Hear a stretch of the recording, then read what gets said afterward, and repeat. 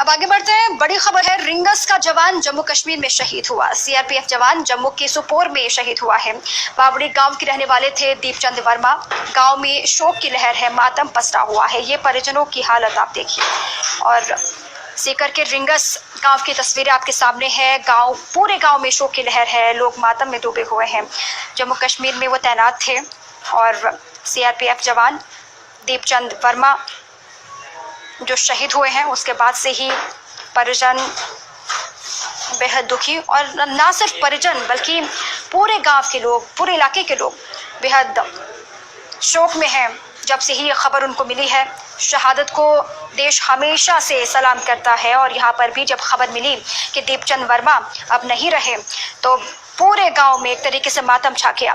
इसी पर अधिक जानकारियों के साथ रमेश मेरे सहयोगी जुड़ चुके। रमेश, अभी हालांकि क्या स्थिति है वहां पर, ये आप पहले बताएं, और कब तक वहां पर पार्थिव शव पहुंचेगा जवान का?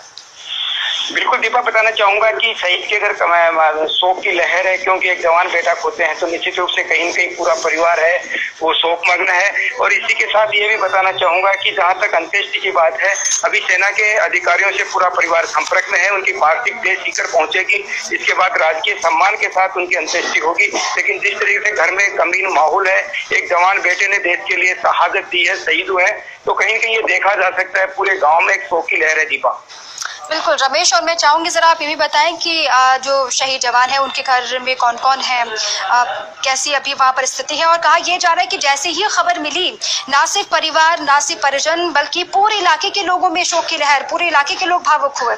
अभी कैसी स्थिति वहां पर? बिल्कुल दीपा, बताना चाहूंगा कि इनका सीकर जिले के बावड़ी गांव है, जो पैतृक गांव है उनका, वहीं उनके रामदेव जी के मंदिर के पास इनकी पुश्तैनी मकान है, वहीं अंतिम संस्कार होगा। साथ में ये भी बताना चाहूंगा कि इनका जो परिवार है, इनके 3 बेटे बेटियां हैं जो अजमेर में सेना क्वार्टर में रहते थे।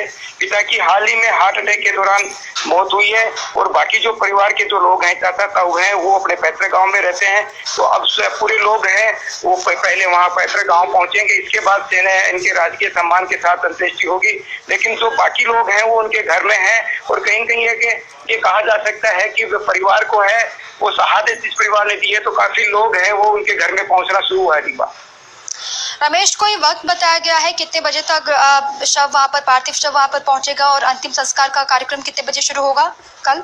दीपा, कल दोपहर तक ये संभावना है कि उनका पार्थिव देह पहुंचेगा। इसके बाद यही बताया जा रहा है कि कहीं कल शाम तक शहीद की जो है वो अंत्येष्टि होगी, अंतिम यात्रा यहाँ शहीद की निकलेगी।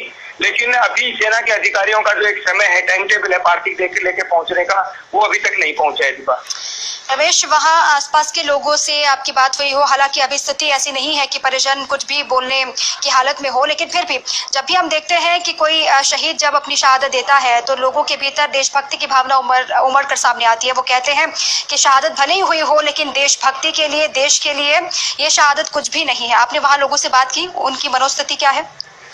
बिल्कुल बताना चाहूंगा कि दीपचंद जो शहीद हुए हैं वो अपने 7 भाई बहनों में हैं, और शुरू से ही इसमें देश का सेना में भर्ती होने का एक जज्बा था। उनके परिवार के लोगों ने बताया कि वो सेना में भर्ती होना चाहते थे, और उन्होंने अपना जज्बा पूरा किया, सेना में भर्ती हुए और देश की सेवा करते करते शहीद हुए।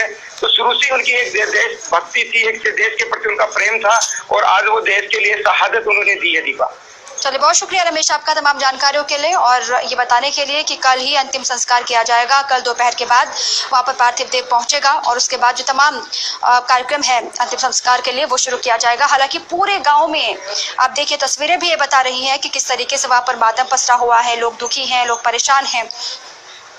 लगातार आप देखते हैं कि जब भी जम्मू कश्मीर से या फिर अलग अलग हिस्सों से जवान के शहीद होने की खबरें निकलकर सामने आती हैं, तो लोगों में मातम के साथ ही एक राष्ट्रभक्ति, देशभक्ति की भावना भी उमड़ कर सामने आती है। और वही तस्वीरें सीकर के रिंगस में भी देखने को मिल रही है। को वो सलाम करते हैं, नमन करते हैं, और लगातार जो देशभक्ति की भावना है वो चाहते हैं कि वो सभी के दिलों में, सभी के जहन में जिंदा रहे।